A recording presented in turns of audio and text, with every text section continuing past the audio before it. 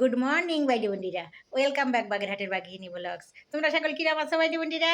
আশা করি সকলে ভালো আছো। আমি তোমাকে দিদি ভালো আছি। আমি আজকে আবারই তোমাদের সঙ্গে নতুন আরেকটা ব্লগ নিয়ে হাজির হয়ে গেছি। আশা করি ব্লগটা তোমাকে ভালো থাকবে।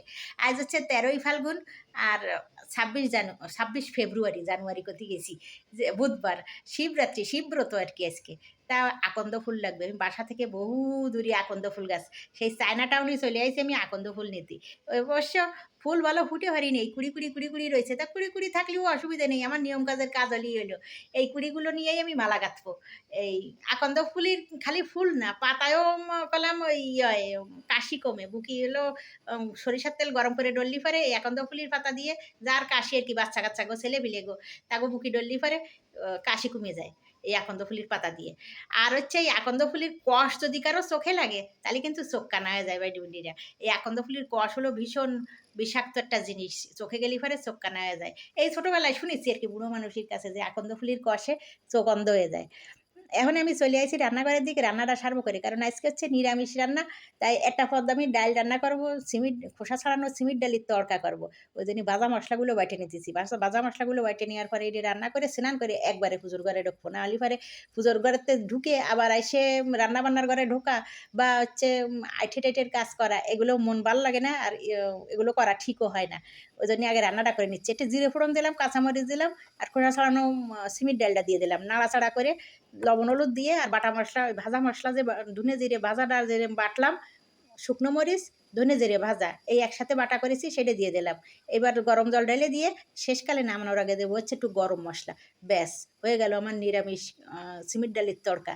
এইভাবে রান্না করলে পরে আলাদা একটা হালকা রকমের মশলা দেওয়া ছাড়া বেশি কোনো ঘন ঘন গাঢ় গাঢ় কোনো মশলা না, এটা ভারী একটা আলাদা রকমের টেস্ট আসে। তোমরা যারা না খাইছো খাইয়ে দেবো বাইডি বুন্ডিরা।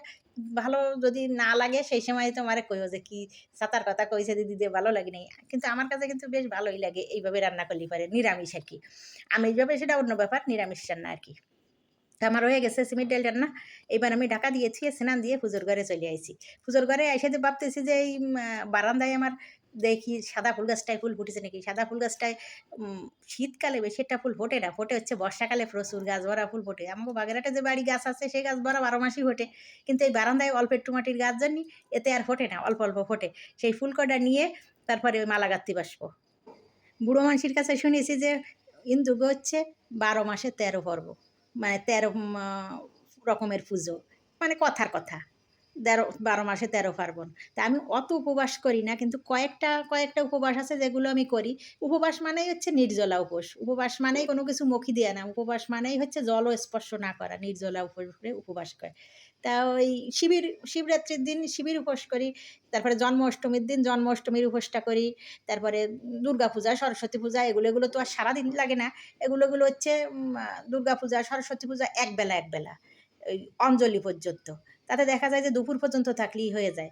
কিন্তু এই শিবের উপোস সন্ধ্যা অবধি, তারপরে হচ্ছে মা কালীর উপোস যেটা, তাতে প্রায় ২ দিন হয়ে যায়। প্রায় ২ দিন কি ২ দিন হয়েই যায়। কারণ মা কালীর পুজো শেষ হতে পরের দিন সকাল হয়ে যায়, তাতে করে উপবাস ২ দিন লেগে যায়, ২ দিন হয়ে যায়।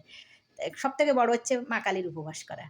আর এই শিবের উপোস এটা হচ্ছে প্রায় ২০ ঘন্টার মতন হয় আরকি, ১৮-২০ ঘন্টার মতন। কারণ আগের দিন রাত্রিবেলা খাওয়া নিয়ম হচ্ছে ১১টার আগে খাওয়া নিয়ম।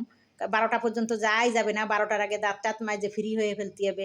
মানে মুখ-টুখ ধুয়ে যা খাওয়া-টাওয়া খাওয়া তো আমিষ খাওয়া যায় না, নিরামিষ মানে সংযম আগের দিন করা লাগে। তারপরে হচ্ছে দাঁত-টাত মাইজে একদম ১২টা মুহূর্তে আগেই সময়ের আগেই ১২টা বাজার আগেই রেডি হয়ে থাকতে হয়, যাতে আর খাওয়া-দাওয়া কোনো কিছু করা যায় না, জলও স্পর্শ করা যায় না। আর পরের দিনকে দেখা যায় যে প্রায় রাত ১২টা পর্যন্ত থাকা লাগে আরকি শিবের উপোসে। অনেকে রাত ১২টা পর্যন্ত থাকে না। জল-টল ঢাইলে সন্ধ্যা রাত্রি বা রাত ৮টা ৭টা ৭:৩০টার মধ্যে জল ঢেলে, দুধ ঢেলে তারপরে খেয়ে নেয়। আমিও ওই ৭টা ৭:৩০টার মধ্যেই জল, দুধ ঢেলে এগুলো নিয়ে উপোস ভেঙে ফেলাই। আর অনেকে আছে রাত ১২টা পর্যন্ত থাকে। মানে আগের দিন রাত ১২টা থেকে পরের দিন রাত ১২টা পর্যন্ত। প্রায় ২৪ ঘন্টা হয়ে যায় আরকি, একদিন হয়ে যায়। যারা পারে তারা থাকে। ছোট্ট একটা মালা করলাম। এটা হচ্ছে আমার ওই নিজের ঘরের শিব ঠাকুরের জন্য ছোটো মালাটা করলাম, আর এইবার হচ্ছে মন্দিরে নিয়ে যাব সেই জন্য বড় মালাটা করতেছি। অনেকেই কিন্তু এই উপোসগুলো করে, ছেলে আর মেয়ে নেই, ছোট বড় ছেলে মেয়ে যাগো মনের ইচ্ছে থাকে, যাগো ঠাকুরের উপর আস্থা বিশ্বাস বেশি, তারা সবসময় এগুলো করে। আর যাগো আস্থা বিশ্বাস আসে অনেকে কষ্ট করতে পারবো না, তারা আবার করে না, ছেলে আর মেয়ে নেই, বুড়ো আর বুড়ো নেই। আর যারা মনে করে যে আমি এইটা করব, তারা করে। কিন্তু ধর্মীয় কারণ ছাড়া আরও শরীরের অনেক ধরনের উপকারও কিন্তু হয় এই উপোস নির্জলা উপোস করলে পারে। যেমন হচ্ছে হার্টের সমস্যা আছে যাগো, তারপরে ব্যথা জ্বালার সমস্যা আছে, শরীরের নানান জায়গায় ব্যথা ট্যাথা, নানান জায়গার কাবানি চাবানি কামড়ানি এগুলো আছে যাগো, তাগো উপকার হয়। ব্লাড সুগার আছে যাগো, তাগে উপকার হয়। তারপরে হার্টের সমস্যা যাগো, তাগো তো নানান রকমের উপকার। এজন্যই এই নিয়ন্ত্রণে, এগুলো নিয়ন্ত্রণে থাকে অনেকটা এই নির্জলা উপোস করলে পারে। ওজনও কমে, নির্জলা উপোস ঠিক মতন করতে পারলি। আমি এবার ভোগটা দিয়ে নিবাইনি বুডিটা, তোমরা দেখতে থাকো আমার ভোগ দেয়া। আমি ওই দুনসিটা জ্বালাইয়ে ধূপতি টুপতিগুলো দিয়ে ভোগ রাটুক দিয়ে তারপর তাড়াতাড়ি তোমাকে নিয়ে যাবো আবার মন্দিরের দিক, মন্দিরে দুধ জল ডালার জন্য বাবার মাথায়। আর আমার এই বাসার কাজটুক করে তারপরে আর কি তাড়াতাড়ি করে বেরোয় যাব। নমঃ বিষ্ণু, নমঃ বিষ্ণু, নমঃ বিষ্ণু। ওম নমঃ শিবায় শান্তায় তন্মত্রয়ে তবে।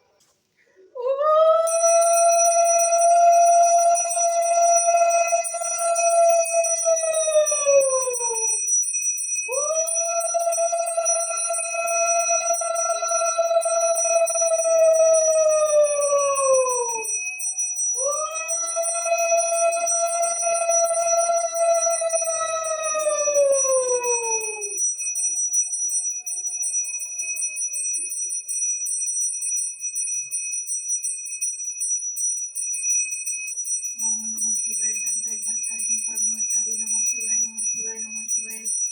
ओम नमः सत्य नमः विष्णु नमः श्री विष्णु नमः शिवाय नमः शिवाय नमः शिवाय। ओम नमः शिवाय।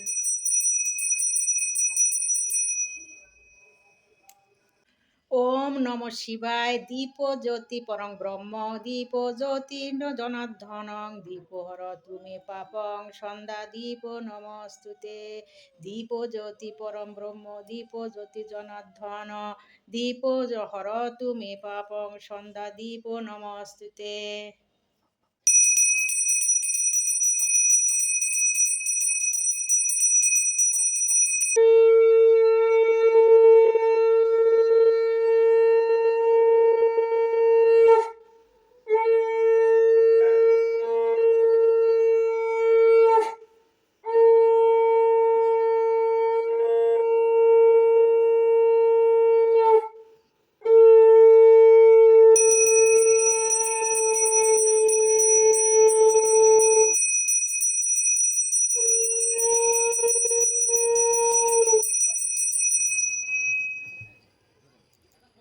বাসার পুজো শেষ করে আমি চলে আইছি মন্দিরের পুজোয়। একটা ডাব কিনে নিলাম, দুধ নিলাম।